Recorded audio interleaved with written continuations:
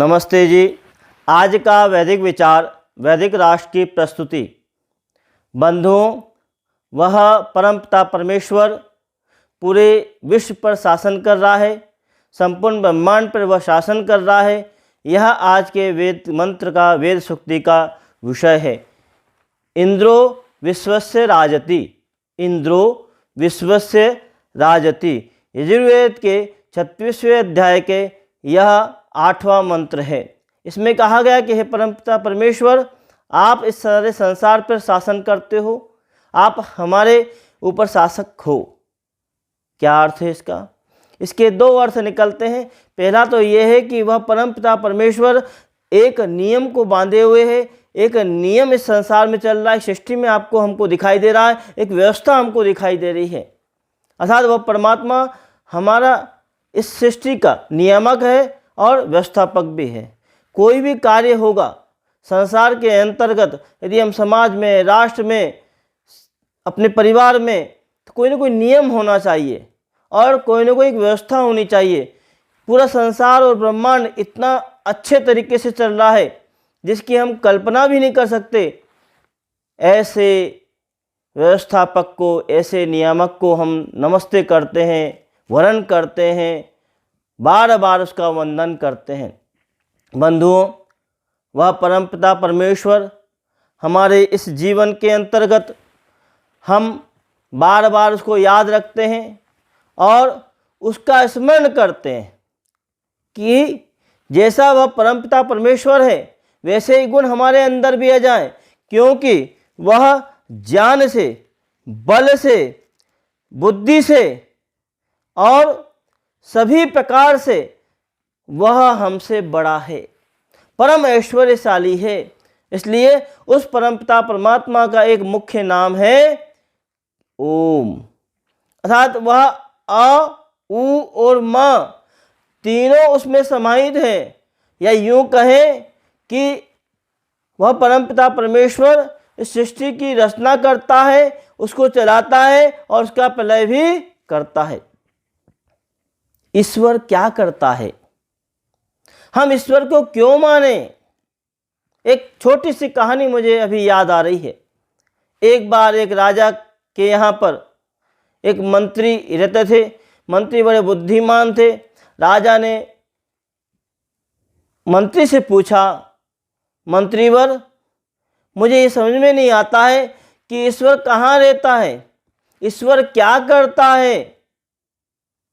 ध्यान दीजिए, ईश्वर कहाँ रहता है, ईश्वर क्या करता है और ईश्वर कैसे मिलता है।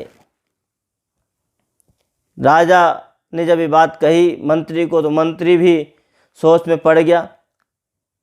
तो कहने लगे कि मैं कल आपको इस प्रश्न का उत्तर दूंगा।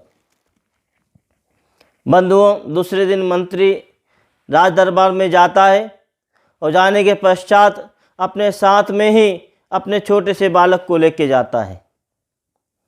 राजा सोचता है कि आज ये प्रश्न का उत्तर देना चाहता है, पर पता नहीं क्यों इस बच्चे को लेके आया, शायद समय पास करना चाहता है, पर कुछ बोला नहीं। जैसे ही मंत्री वहाँ गया, उस बालक को देखा, तो राजा ने प्रश्न कर दिया कि इस बालक को क्यों लाए हो?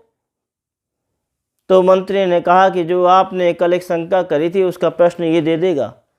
मेरे यहाँ तो वैदिक सिद्धांतों की एक परंपरा चलती है, वैदिक विज्ञान चलता है, वैदिक ज्ञान चलता है। मेरे परिवार का छोटा छोटा बालक भी ऐसे छोटे छोटे प्रश्न का उत्तर दे सकता है। राजा चुप हो गया, मौन हो गया। राजा ने उस बालक से प्रश्न किया। तो राजा ने जब प्रश्न किया तो उस बालक ने पूछा कि राजावर, हे राजा, हे राजन, आप किस रूप में प्रश्न कर रहे हो मुझसे? क्या मैं समझा नहीं। तो उस मंत्री के पुत्र ने कहा कि आप गुरु के रूप में प्रश्न कर रहे हो या शिष्य के रूप में प्रश्न कर रहे हो? का बात तो बहुत बड़ी है। का प्रश्न तो हमेशा शिष्य के रूप में ही किया जाता है।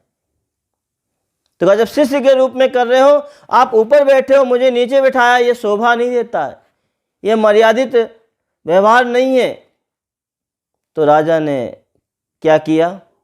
राजा ने कहा, आप हमारे लिए गुरु हो, आप ऊपर बैठ जाओ, मैं नीचे बैठ जाता हूँ। तो जैसे ही मंत्री राजा नीचे आने लग गया और मंत्री का बेटा ऊपर जाने लग गया, तो मंत्री के बेटे ने कहा, राजा, हे राजन, ये शोभा नहीं देता। एक काम करिए, आपकी कुर्सी वहीं रहने दीजिए, आपकी कुर्सी के बगल में एक कुर्सी लगाइए, मैं भी वहीं बैठ जाता हूँ। राजा ने कहा कि अरे तुम ये क्या कर रहे हो, कभी मुझे नीचे उतारते हो, तुम खुद ऊपर जाते हो, कभी कहते हो मेरे पास में बैठ जाओ, ये क्या काम है। तो कहने लगा मंत्री का पुत्र कि राजन, यही तो ईश्वर करता है, जो ऊपर है उनको नीचे लाता है, नीचे वालों को ऊपर लाता है, और जो ऊपर नीचे रहते हैं उनको बीच में कर देता है। क्या मैं समझा नहीं?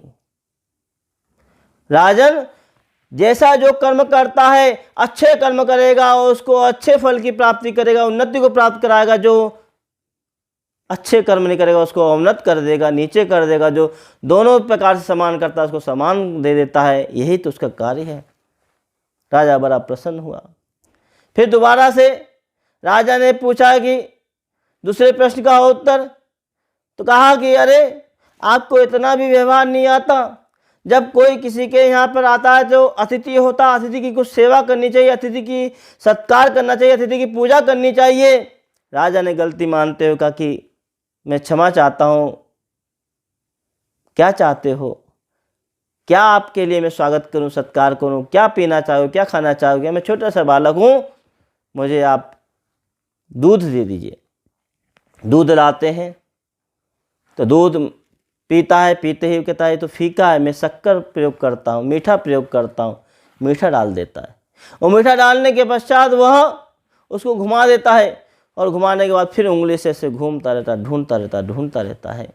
राजा पूछता है, बालक दूध पियो और अपने प्रश्न का उत्तर दो, क्यों समय पास कर रहे हो, ये क्या कर रहे हो बार बार। तो कहने लगा कि इसके अंदर शक्कर है, जो चीनी है वो कहाँ गई, इसको ढूंढ रहा हूँ मैं। इस दूध में मुझे स्वाद में तो मुझे लग रही है कि इसमें मीठापन है, पर मुझे दिखाई नहीं दे रही है। तो राजा ने कहा कि ऐसे दिखाई नहीं देती। फिर उसने कहा कि ये तो उसमें घुल गई है, मिल गई है। फिर वो दोबारा उसको ढूंढता है, घुमाता है, ढूंढता रहता है, और कहता है, राजा फिर कहता है, अरे मैंने आपके प्रश्न का उत्तर दे दिया कि इसमें शक्कर घुल गई, अब क्यों दोबारा से उंगली को घुमा रहे हो। तो उसने कहा कि सुना है कि दूध के अंदर घी होता है, घी को मैं समझ रहा हूँ, घी का मुझे घी नहीं मिल रहा।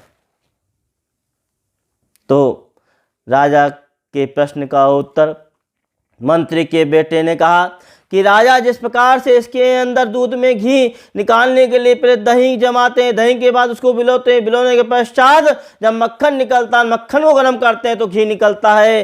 राजन, इसी प्रकार से उस परमात्मा को यदि आप प्राप्त करना चाहते हो, परमात्मा को यदि अनुभव करना चाहते हो, परमात्मा को यदि आप देखना चाहते हो, तो यम, नियम, आसन, प्राणायाम इत्यादि अष्टांग योग की धारणा है। पहले आपके मन को स्थिर करिए, उसको जमाइए, फिर उसको बिलोइए, और फिर उसमें से मक्खन निकाल के तप त्याग के द्वारा ईश्वर की प्राप्ति संभव है। राजा और अत्यधिक प्रसन्न हुआ, कहने लगा, वाह, आपने दोनों प्रश्नों का उत्तर दे दिया। फिर इसके पश्चात वह उस दूध को फिर घुमाता है, मिलाता है। फिर वह कहता है कि अरे ये तुम क्या कर रहे हो। तो कहने लग गए कि वही मैं फिर दोबारा से इसके अंदर देख रहा हूँ कि गुड़ और शक्कर मुझे नहीं मिल रही है। तो कह रहा दिखाई थोड़ी देगी, वो तो घुल गई, मिल गई है।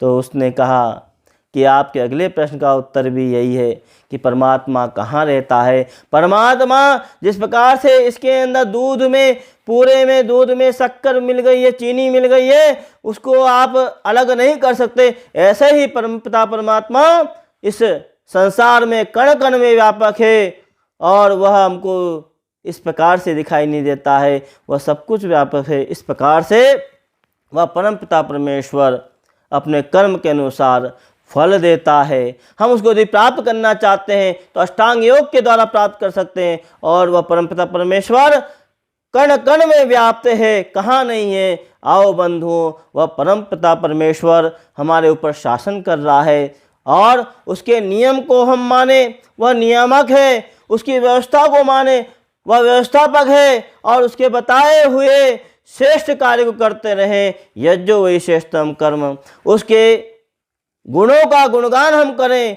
उसके गुणों का गुणगान सूर्य कर रहा है, चंद्रमा कर रहा है, सारी प्रकृति कर रही है, फूल कर रहे हैं, पुष्प कर रहे हैं, सबका सब वंदन कर रहे हैं, अभिनंदन कर रहे हैं। आओ बंधुओं, आज का वैदिक विचार था कि हम उस परमपिता परमेश्वर जो ऐश्वर्यशाली है, वह हमारा शासक है, उसको हम जानने का प्रयास करें।